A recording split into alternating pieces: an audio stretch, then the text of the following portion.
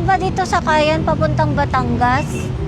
Pag Pitex kayo, kailangan nyo sa carousel sumakay.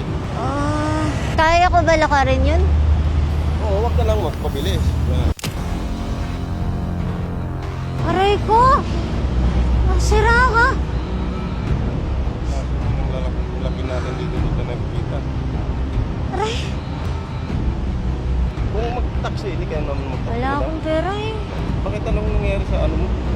Yung asawa ko eh, sira ulo eh. Kaya nga gusto ko na umuwi ng probinsya. Sakit na kasi.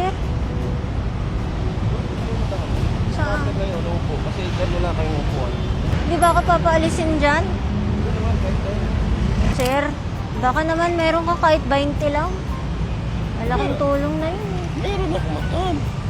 Yan. 50? Bigay mo sa akin? Oo, sige. Sige. Baka wala ka na pa masahe. Kailangan ka lang madami nga. Meron ako. Basta ingat ka lang.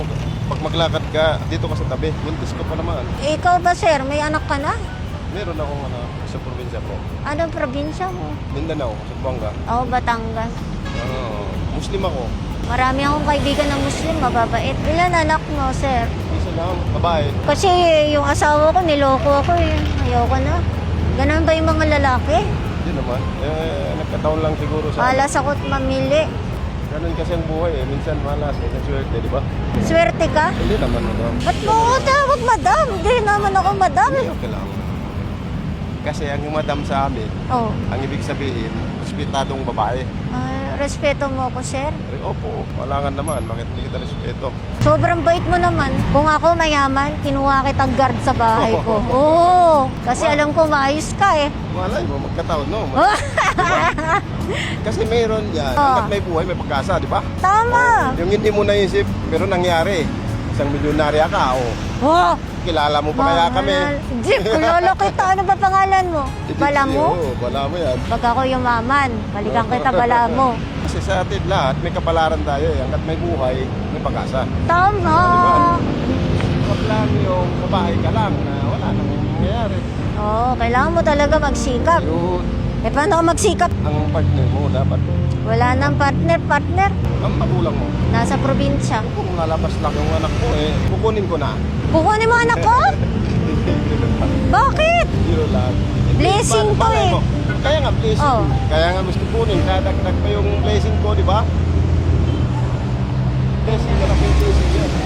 Ayaw naman ako. Ayoko naman taxi. Ayaw nila ako isakay.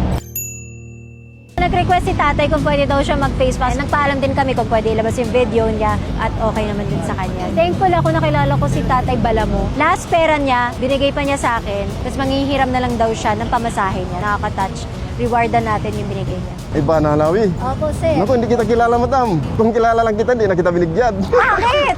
Sir, sobrang bait mo. Lahat tayo may puso eh. Oo nga, tinatawag mo pa akong madam kanina. Kasi respeto yun, madam. Oo, grabe. Respetadong babae. 30,000 po. No? Totoo, no? Opo. Maagang pamasko. Diba, sir?